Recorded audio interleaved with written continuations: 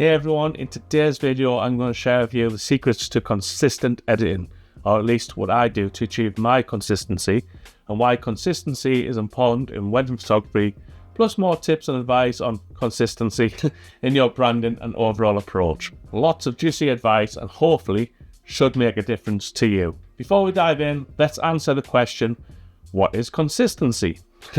The Cambridge Dictionary states consistency as a noun and describes it as the quality of always behaving or performing in a similar way, or of always happening in a similar way. So why is consistency important in wedding photography, or I suppose anything in life? Ever tried to drop weight and went back on the Greggs sausage rolls after 5 days? Lack of consistency. Had you just been consistent, eventually the weight would come off. So, consistency in wedding photography is primarily important for one key reason: trust. Consistency breeds trust in potential couples looking to book you. It delivers impact to the client that you can be trusted to create great images time and time again in various venues, lighting conditions, seasons, and the unknown. Consistency in your work is paramount. It forms a backbone to your branding and approach, as well as your overall marketing. Without consistency, you have a ratatouille soup of styles, composition, and edits, creating a breadth of work that isn't cohesive and intrinsically yours. Through my beginning years, I was guilty of this, changing my editing style several times as I just hadn't found my style of shooting or editing. I produced some lovely images, don't get me wrong. I won plenty of awards, but there's a reason I don't have all those award-winning images on my socials, marketing, branding, or website. They never get published. They're old, outdated work that simply does not reflect the photographer I am today. They are not consistent with my current work and standards, so they never get shown. Consistency is a key and vital factor when it comes to your brand and marketing position. Let's take an example or two as a visual representation of consistency, as it can be seen in many factors. Let's start with an Instagram grid. Let's call profile 1 Sophia and profile 2 Pablo. Sophia's grid has several mixed editing styles, including different niches of photography, including some off-camera flash, which she has just started experimenting with. This makes potential couples have to search for wedding material, and will likely give that couple a feeling that this photographer, i.e. Sophia, isn't a dedicated wedding expert, and maybe just does weddings here and there. Pablo's grid has a consistent wedding theme, with a cohesive look and feel. The tones are identical on all the imagery, and they appear to have been captured using repeatable methods. Which grid would the couple looking for a wedding photographer trust the most? If you're screaming Pablo right now, well done, you would be correct. The problem here for Sophia is she isn't showing consistency, so that's my first point for consistency. If your branding, marketing and socials lack consistency, get to work. As I mentioned, I've changed my style over the years, and I go back and re-edit every image I want to use for marketing. Just check out the How to Edit Weddings playlist on the channel for proof of that. Typically, if an image is rated 2 stars in Lightroom, that means it's a blog select. So generally, I re-edit every 2 stars and over. These are the backbone to my portfolio, blogs, social media carousels, reels. They need to look consistent. Does it take a lot of time to re-edit a few thousand photos? Too bloody right it does. Is it worth it? You better believe it. It would look pretty jarring if all of a sudden I started posting a different editing style or off-camera flash photos on my grid. It would stick out like a sore thumb and probably look like someone else shot it. And in a way, they did. I was a different person 4 to 5 years ago.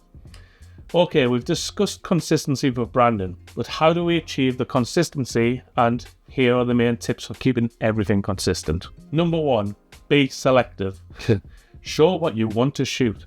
This comes back to always having your ideal client in mind. Every image you select as worthy of being on a blog post, socials, or marketing must be aimed at your ideal client. If you don't know who your ideal client is, you have some work to do. Number 2, editing. Over the years, I've changed my style numerous times, as I mentioned. But find your style and stick with it. For some people, this may take 12 months. Others, 5 years. The key is in what I like to call the 3 R's. Revisit, re-edit, repost. For those that came on my workshop in 2022, you would remember I spoke about this, and it's simply that. Re-edit any old work that you want to use going forward. Otherwise, do not use it. Everything should be in your current editing style and compositions. Number 3, compositions. Over time, your compositions and I will change for the better. I cannot tell you how many number of images I have recropped for the better during my own re-editing stages. Don't be afraid to crop an image if it will make it better and align with how you currently shoot. I never use wide angle lenses anymore, but I can go back to 2018 and take some venue photos I shot with a 17mm and crop them in as best I can to reflect a more 35mm field of view, which is how I would shoot them now. It's never going to be perfect, but having the intention to bring an image in line with current standards is important. Number 4, survey mode. Again, this was a topic on my workshop from 2022 for my attendees. When you're editing, especially when doing a sequence of similar lighting in a scene, let's take the group photos for example. Select them all once edited and press N on the keyboard. This will throw you into survey mode.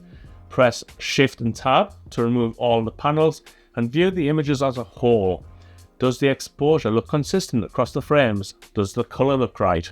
I use survey mode a lot and it really does help keep scenes of imagery consistent. Number 5, lens choice. Pick your lenses and stick with them. You don't need 12 lenses in your bag.